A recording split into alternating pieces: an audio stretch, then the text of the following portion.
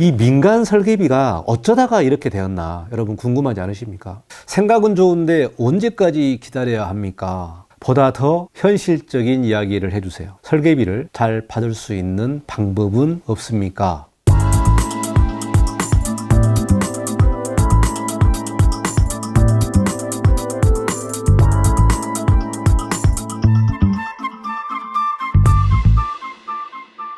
안녕하세요, 이건영입니다. 다음과 같은 뉴스 한번 보실까요? 한국건축정책학회가 있습니다. 거기에서 9월 달에 원래 세미나를 했습니다. 2019년 9월입니다. 자, 세미나 제목이 건축 설계 시장의 현황 진단과 제도 개선 과제라는 제목을 가지고 2019년 9월에 원래 세미나를 했죠. 그래서 그 간략한 요약이 나와 있는데 마이너스 수주를 반복할 수밖에 없는 설계 대가, 건축사 사무소의 큰 위협, 이러한 제목으로 건축사 신문에 소개가 되어 있습니다. 그 인터뷰 내용을 좀 보시면은 설계대가 일선 건축사 사무소에서는 굉장히 절박한 상황으로 인식되고 있다. 그리고 이 현장의 어려움을 단적으로 이제 표현했는데요. 일예로 2005년도와 2010년도, 그러니까 지금부터 9년 전이죠. 9년 전 당시에 설계 대가와도 비교를 했을 때 현재 설계비가 오히려 30 내지 40%가 마이너스 되고 있다. 더 오히려 깎아지고 있다는 얘기입니다.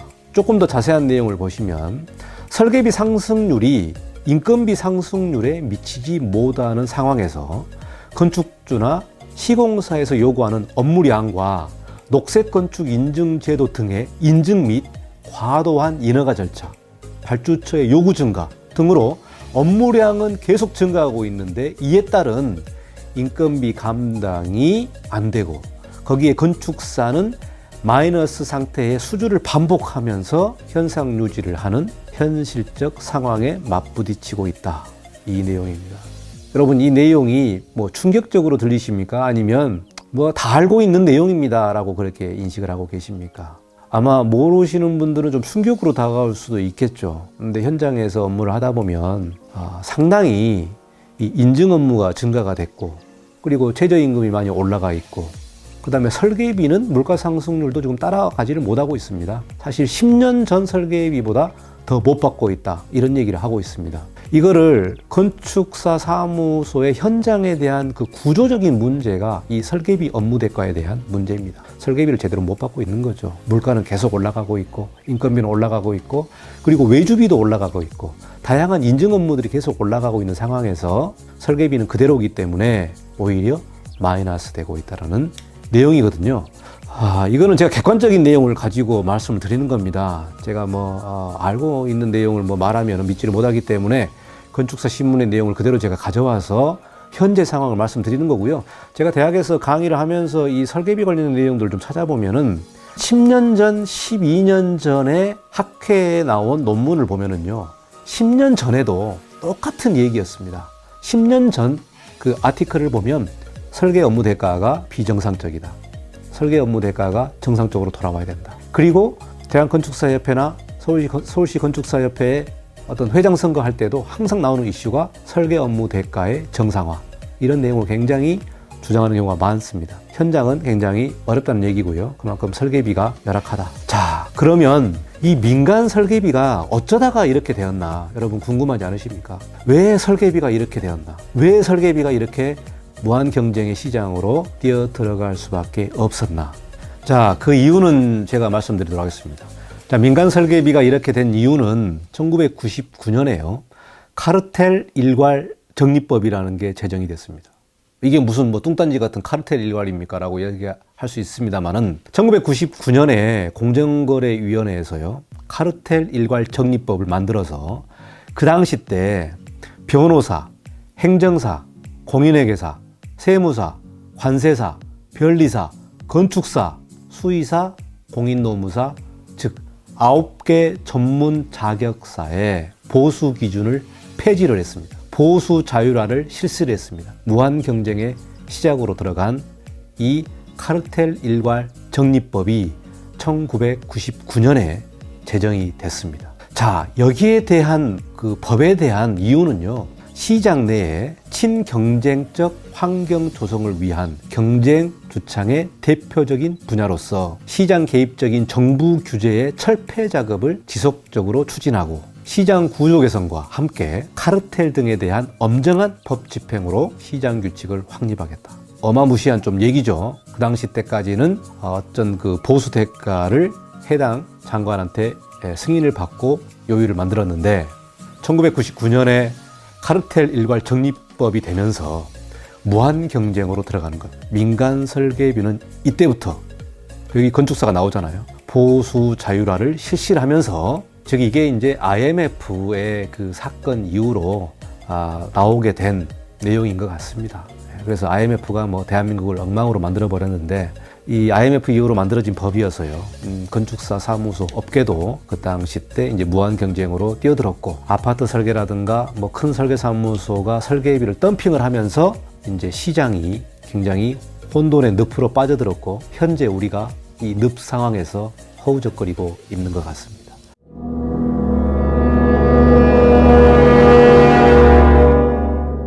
자, 카르텔법을 위반하면 어떤 벌을 받느냐?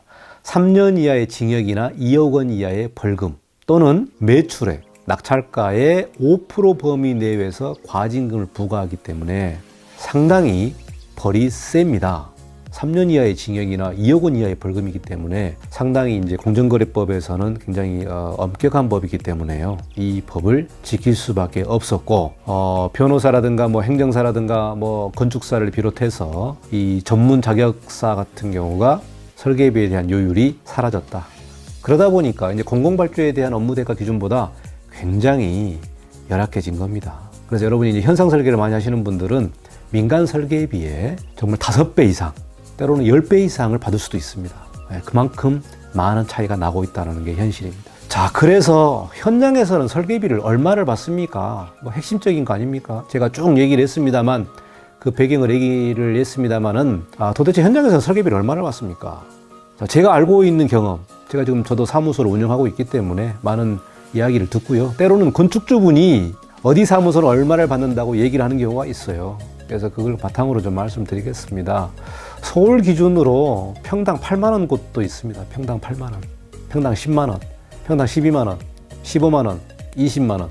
그리고 좀 작가라고 생각하는 그런 그 건축사분은 최소 5천만 원, 최소 8천만 원, 최소 1억 원 이상 이렇게 받는 게 있습니다. 룰이 없기 때문에 여러분이 제가 말하는 이 금액 중에서 여러분이 선택하셔서 설계 업무 대가를 받으시면 됩니다. 업무 대가 기준에서 다세대 주택이 평당 24만 원이었잖아요.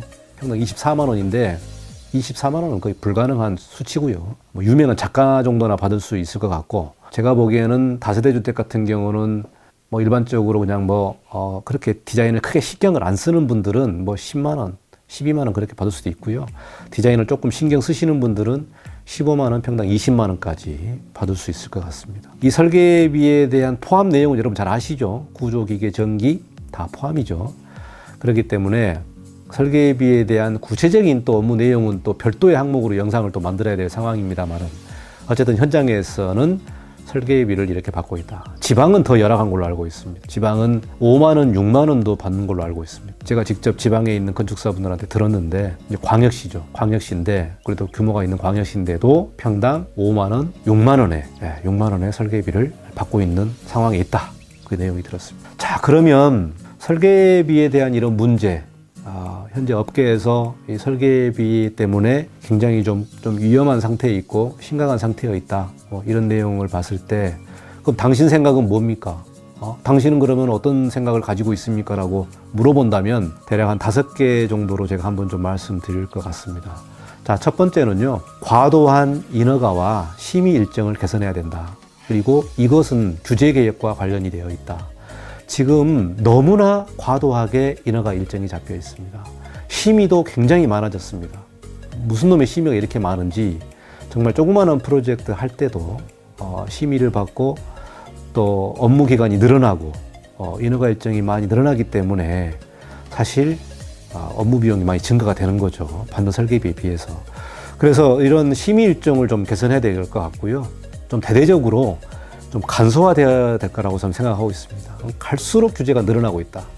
갈수록 정부에서는 제도를 간소화하겠다고 계속 말을 하지만 실제 현장에서는 계속해서 증가하고 있는 이 거꾸로 가는 이 업무 방향이기 때문에요. 또 지자체를 실시를 하면서 지자체장이 또 요구하는 또 많은 내용들이 있기 때문에 굉장히 일정이 좀 늘어지고 있는 상황인 것 같습니다. 자, 두 번째는 설계 업무 외에 인증 업무 관련된 경우는 별도 정산을 해야 된다고 생각을 합니다. 지능력 인증이라든가 친환경 인증이라든가 그다음에 범죄 예방 인증이라든가 BF 인증이라든가 이런 인증 업무는 사실 별도 업무로 좀 받아야 되고요. 또 설계 업무 외에 굴토심이라든가 지하환경 영향 평가라든가 이런 내용들이 있지 않습니까? 이 내용들은요, 사실 설계비보다 더 많이 나올 수도 있습니다. 이렇기 때문에 여러분이 설계하실 때 건축 설계 업무를 명확하게 정리를 하셔야 되는 겁니다. 그래서 굴토심이나 토목 설계라든가 그다음에 지하환경 평가라든가 교통영향 평가라든가 그런 다양한 평가 업무들은 설계비에서 다 제외시켜야 된다. 그래서 이런 별도 정산을 해야 된다고 생각하고요. 자, 세 번째는 최저 설계비 기준을 마련하는 것을 좀 입법화해야 되지 않나라는 생각을 합니다. 자, 지금은 설계비 요율이 정해져 있지 않기 때문에 계속 떨어진다는 거죠. 계속 떨어집니다. 계속 떨어지다 보니까 정말 어디까지 떨어질지는 모르겠습니다. 어쨌든 우리가 순수 민간 설계를 하시는 분들한테는 정말 싼 게 비지떡이라고 정말 싼 설계비에서는 도서량도 거의 시공사가 알아서 하는 거죠. 그렇다 보니까 최저 설계비를 좀 마련해야 되지 않겠냐. 이거는 건축물의 안전과 도서의 질과 도서의 양을 생각을 했을 때 정말 최저 설계비를 정해놓고 그리고 나서 그 최저 설계비 위로는 자율적으로 경쟁을 해서 시장 경제에 맞게끔 운영을 할 수 있도록 그 방안도 좀 논의를 해보는 게 좋을 것 같습니다. 너무나 열악해지고 있기 때문에 최소한의 장치를 마련해 놓자. 왜 공공설계 발주는 업무대가 기준이 있고 왜 민간설계 업무는 발주 기준이 없느냐. 이렇게 따져보면 할 말이 없지 않습니까? 이게 공정거래법에서 만들었기 때문에 정말 이 법을 바꾸지 않는 이상 굉장히 어렵다 이렇게 볼 것 같습니다. 자, 그리고 네 번째는요. 건축 5단체가 통일해서 좀 힘을 합쳐야 될 것 같습니다. 지금 건축이 이제 주요 5개 단체가 있습니다. 사협회, 가협회, 여성건축가협회, 새로운 건축사협회, 그리고 대한건축학회 이런 협회들이 있는데요. 이 단체들이 다 나눠져 있기 때문에 의견 조율하는 것과 이 목소리가 상당히 약하다. 이게 두고두고 누구나 다 이런 얘기를 합니다. 5단체가 좀 통일하면 좋겠다. 좀 힘을 합쳐야 되겠다. 이게 언제 이루어질지 모르겠습니다만은 정말 좀 5단체가 거시적인 입장으로 좀 합치는 게 좋을 것 같아요. 자, 다섯 번째는요. 국토부에서 이 표준 설계 계약서를 좀 마련하고 업무 가이드라인을 좀 제공하면 좋을 것 같습니다. 사실 현재 표준 설계 계약서를 만들고 있습니다. 그런데 아직까지 나온 게 없습니다. 옛날 표준 설계 계약서가 있습니다. 국토교통부에서는 매년 그 시공 관련된 도급 계약서가 나오고 있습니다만 설계 관련된 내용은 설계 계약서가 없습니다. 그래서 좀 조속히 국토부에서 표준 설계 계약서를 좀 제공을 하고 거기에 이제 업무 내용이라든가 어떤 그 비용이라든가 그런 부분들도 개략적으로 좀 들어가면 좋을 것 같다라는 생각을 합니다. 그런데요, 소장님, 생각은 좋은데 언제까지 기다려야 합니까? 그 앞에 5가지에 대한 게 이루어지려면 언제까지 기다려야 합니까? 또 언제 실현될까요? 보다 더 현실적인 이야기를 해주세요.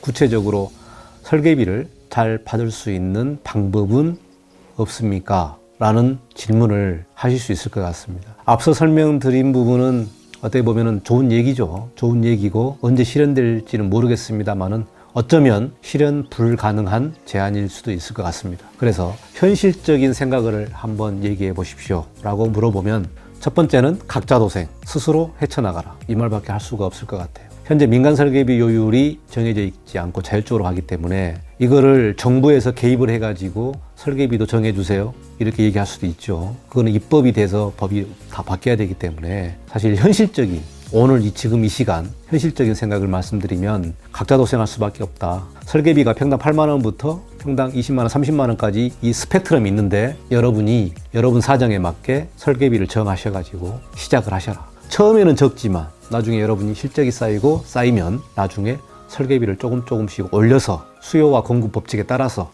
내가 일이 너무 많다. 그럼 설계비를 올리게 될 수밖에 없죠.